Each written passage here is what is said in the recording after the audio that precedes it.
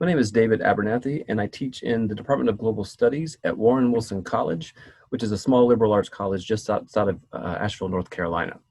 Apologies for the cheesy background, but I'm actually coming to you from my closet, so I thought that would be better than shirts. I'd like to thank the organizers of this conference for putting it together. I've learned a lot already, and I'd like to particularly thank those who've put together the session right after this one on best practices for teaching QGIS remotely, because this presentation is not that. If anything, it's the opposite. I'm basically wanting just to kind of chronicle my experience teaching on campus and then being told quickly to teach remotely, and some of the good and the bad and the ugly that we got out of that. So in the time that I have here today with you, I want to talk a little bit about transitioning to open source in higher education and why we should be doing that in the first place. And then I'll talk a bit about the course workflow of my Intro to GIS course pre-COVID, how I've normally been teaching it, again, never taught online, to then going remote in a matter of 4 days, and some of the experiences that I and my students had there. And then just briefly reflect on what I felt like worked, what didn't work, and what next, because it seems as though remote learning will be part, if not all, of my GIS class in the coming semester. So last year I gave a talk at the North Carolina GIS conference on why we should transition to open source software, open educational resources, and open data in higher education. Now, this was a different crowd. Many of the folks there were not using QGIS, not using open source software. So I was trying to sort of play the role of an evangelist a bit and talk about why we should be promoting it, both in higher education in general and, of course, at my institution in particular. And I came up with this catchy acronym to talk about those things, E. And I joked that this was the sound the IT staff had when I asked if we could have a Linux geospatial laboratory. And they said, no, actually, we're a very small, understaffed department, and we're already maintaining 2 other OSs. And so instead, we're running QGIS and other open source packages on a Windows platform in our laboratory. But the E's themselves also help explain sort of why we should use open source. And I'm not going to go one by one through these. This crowd knows these reasons why we use open source. Many of you have been using open source for years, if not decades, and so you get this. I would like to briefly touch on 3 of these, though, because I think they particularly resonated in the semester of COVID, and that is ethos, education, and expanding beyond classroom walls. So let me first talk about ethos, and particularly my institution. Warren Wilson College is about 1,000 acres and fewer than 800 students. And we are very much a hands-on campus. We're one of 8 work colleges in the country. So every student works 10 to 20 hours a week on campus, doing everything from serving food in the cafeteria to working on our garden, our farm, or in our forest. And so our top majors are things like environmental studies and conservation biology, sustainable agriculture. So a very hands-on, literally down-to-earth community. We have, again, work crews of students working on, in this case, the farm. So a student might come to class, might run down to the farm to birth a pig, and then run back to another class. So it's a very interactive, very hands-on place. And I think that's in part why I'm really coming at this teaching with no online experience, because we're very much a hands-on campus. We're also a campus of makers, and this is why I thought that open source software might resonate with our students. We have a blacksmith shop, we have a fiber art studio, we have students making supplements from medicinal supplements from the garden. And so I felt like open source software was not dissimilar in that, you know, our students don't want to take a finished product off the shelf. They want to be part of making it. And I could see how that would apply to open source software as well. And I think the students are resonating. I shifted to QGIS as our primary desktop software in class several years back, and they really seem to get into the idea of collaborating and tinkering under the hood a little bit. In fact, I would argue that in education more broadly, we should be pushing open source software. As Richard Stallman, stalwart evangelist, has said, it's our social mission to do this. We should be promoting free software like we do conservation and voting. And I tend to agree. And again, I think our students do too. They sort of see the the underlying values of open source and sharing and collaborative learning. Indeed, there was an editorial in Nature a few years back basically arguing if you believe in the scientific method, if you believe in reproducible science, then you really need to be using open source software. We can't black box part of the process. And the final E that I'll just quickly touch on is expanding beyond classroom walls. And when I talked to some folks about this a year ago, I was talking really about getting outside the confines of a single laboratory with a limited number of licensed seats, right? I talked about, hey, it's really interesting because I can now work with a student in the cafeteria or in the library. We can look at the problem they're working on. I joke with the students, I can give you more homework now because you can stay up till 2 in your dorm room working on your labs and your assignments. And it really just was freeing to have students be able to use the software when and where they wanted to. Now, of course, in 2020, this is a whole new ball game in that classroom walls are, we're beyond that, we're beyond campus boundaries now. And so having students be able to access the software from wherever they might be is vital to continuing our teaching and learning. So let me talk a little bit about the course workflow as it stood pre-COVID and semesters past. Again, we're a small campus, so this is a dated picture. We have better monitors and computers now, but this is essentially our geospatial laboratory where we have classes in GIS, data science, and programming. And so the course tends to be, like everything else we do at Warren Wilson, very collaborative. A lot of the assignments I would hand out or give out in a given day, students will work together on. And I encourage that, just sort of let's learn this collaboratively. So what I tended to do in a given class would be to talk for 10, 15 minutes at the most, say, here are the concepts we're going to address, and then give them a short assignment that ideally could be completed in the course of that 80-minute class so that they could feel a sense of accomplishment, and I could do a mini assessment almost every day to make sure everybody was on the same page. And the way we did this was by using Moodle, which is an open source learning management system. You may have, similar to a Canvas or a Blackboard, very bare bones, obviously, but does the trick in terms of sort of serving as a central hub for our class and a place to interact, to chat. I can post announcements. I don't know if you can see towards the bottom, I have an online portfolio post, and that's essentially an open forum where students could work on their projects, make a quick map layout, save it as a JPEG, post it to that forum, and immediately everybody else in class could see their handiwork. And I found that useful in our day-to-day work in that we could see not only that, hey, look what I was able to accomplish today, but I can see how others went about doing the same thing and maybe learn from how they applied different techniques or used different stylings or whatnot. I also, of course, could have places for turning in private papers, exams, things like that, longer laboratory assignments that I would give out. But I liked having Moodle sort of serve as our digital collaborative workspace. The final thing in this course that we have is an individual research project. This is just a slide deck from a student project. And this is one of their deliverables at the end of the semester. We tend to take a 3-hour exam chunk and make a party out of it and have everybody do a 10 to 12 minute presentation, walk us through their project, their research, their analysis, their mapping. And students also would submit a written paper and a folder with all the data that they had collected for their project. I tend to have a pretty broad open assignment for this final project. I mean, I give them guidelines as to what sort of is necessary, what kind of techniques and applications they need to do to have a successful project. But in terms of subject, I leave it wide open. A lot of students want to do something related to their work crew or related to their upcoming natural science seminar research.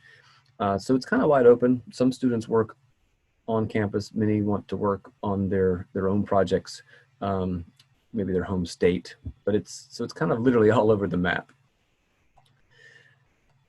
So then on March 12th, we were informed by our administration that we were going remote. Initially, students would be in the dorms working online, and then within several days later, they were told, actually, we're going to need to have you leave campus for your own safety. So we had obviously a few chaotic days. I had class on a Thursday and was told by the next class meeting on Tuesday we would be all digital. So the first thing I immediately did was I sent out a Moodle announcement to everybody and said, hey, we're going to plow through this. First things first, can you get QGIS up and running on a machine that you have access to? Let me know ASAP. I then set up a Google Meet, Google Chat, chat room for our class and said, I will be here every class period. We will be able to talk and discuss what's next. And I was prepared to get responses like, no, I only have a Chromebook. Of course, you can run QGIS on a Chromebook, so I was prepared to show them that. Or, no, I only have an old desktop. I really didn't get any problems. Students were able to almost immediately get QGIS up and running on their own machines. I didn't know that it would go that smoothly, so my first assignment to them was sort of a QGIS optional. I gave them essentially an easy assignment to export vector data to KML and get it up on Google Maps or Google Earth. I was going to have them do something similar anyway, but this way, if they didn't have access to QGIS to export vector data, they could just grab some existing KML data from an open data portal and get that on a Google map. But again, I was amazed at how quickly people seemed to just, without skipping a beat, get QGIS up and running. So the second assignment that I gave them, and I wasn't sure if I should do this or not, should we be talking about COVID in class when it's sort of 24/7 everywhere else?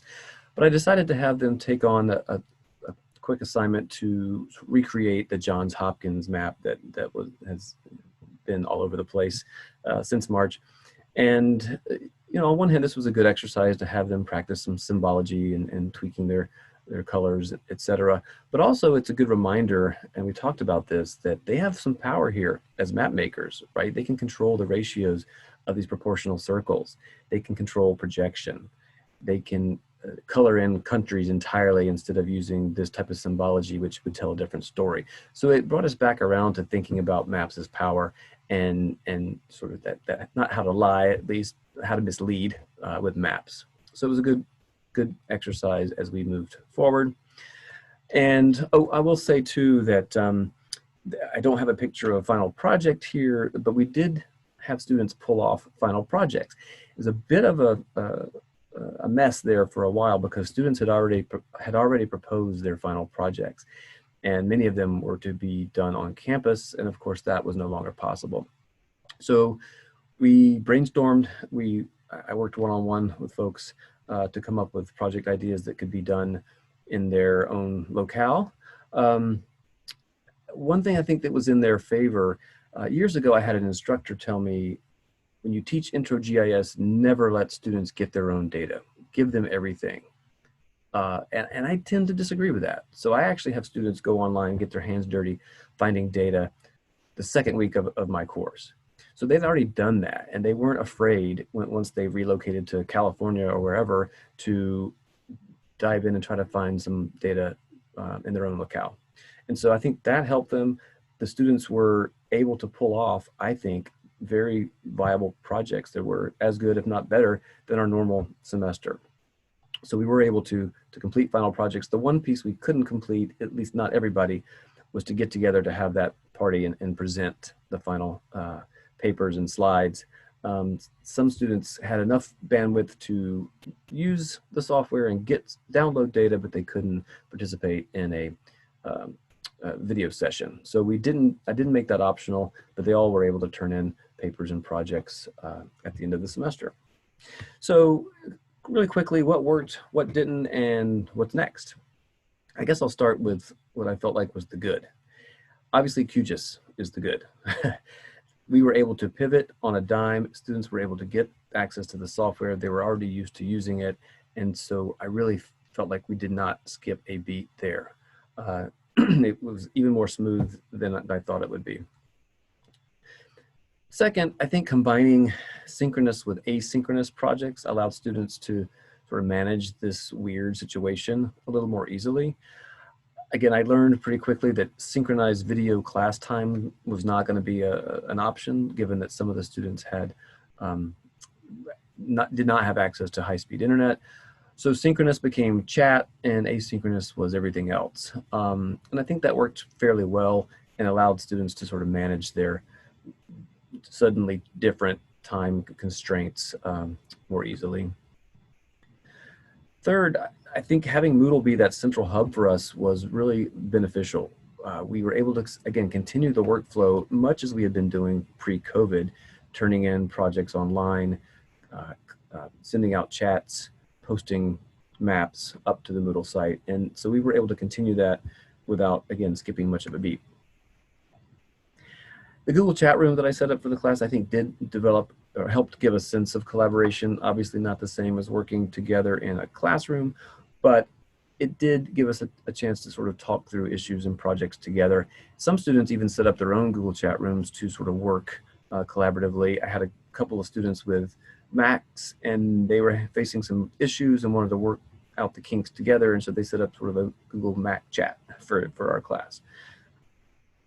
And finally, again, I think what worked was being flexible. By being flexible, not being quite as rigid as normal with due dates and things like that, we were able to essentially end up with the same learning outcomes as we would have if we had stayed on campus. It did require us to be a little flexible in terms of when things got turned in or when a student might get the final project completed, but they did do it.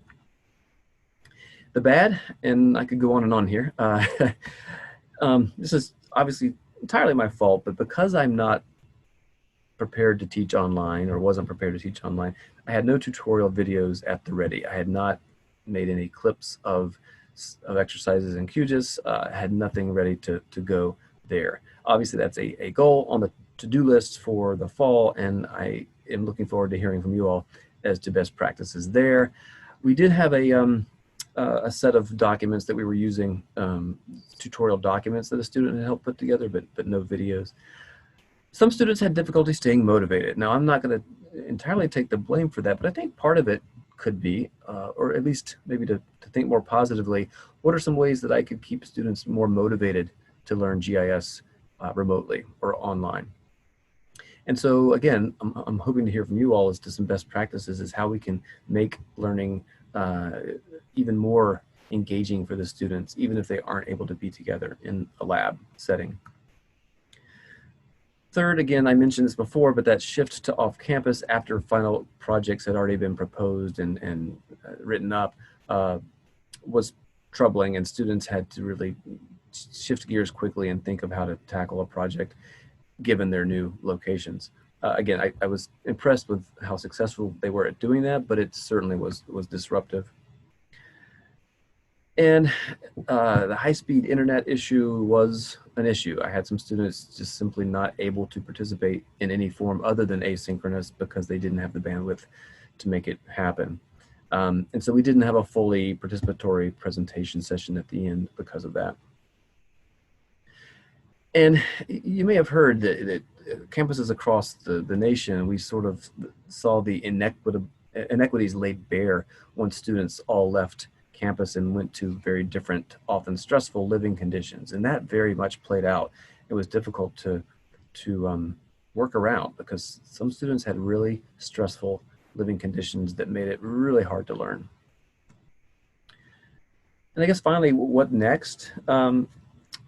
And this may change based on what I hear in the Birds of a Feather session, but I'm obviously going to work on creating some video lectures, things that I normally would be saying in class. I'll try to have said digitally, as well as some video tutorials and walkthroughs. Again, I don't want to make this a follow the recipe or hand-holding type of class, but showing some of the basic workflows and tricks and tips that they need to know to make life easier. I will do. Also, the written documents that we had started, I think we had 6 or 7 like one-pager tutorial documents. I will try to elaborate on those and create more of those and make a larger library of resources for the students. Also, I think I'm going to have the final project be a little bit more on rails, give them more guidance as to exactly what they should be trying to do, given that some of them may be off campus, trying to get data from other places, and working remotely. Try to give them a little more sort of structure to that project. Again, I am hoping to have a bit more synchronous work, hopefully with the anticipation of working remotely in the fall and not the sudden shift that happened in the spring. I'm hoping that the bandwidth issue is less of an issue and that we can have in-class sessions and kind of have the collaboration be ramped up a notch. And I'm hoping to bring, I've done this in person, I'm hoping I can do this digitally, is have some of our alumni come give guest presentations and talk a bit about the work that they're doing out in the world with GIS. And then finally, I think given the climate, we need to double down on our emphasis on social justice. I mean, we have done some work along these lines. Some of my students worked with the city of Asheville on a redlining and racial inequity project, but we can do much more. And I also think we need to add a module on self-reflecting on the problematic history of geography and GIS and think critically about the work we're doing, not just treat it as a technical course. So with that, I think I'll stop and see if anybody has any questions. Thank you so much.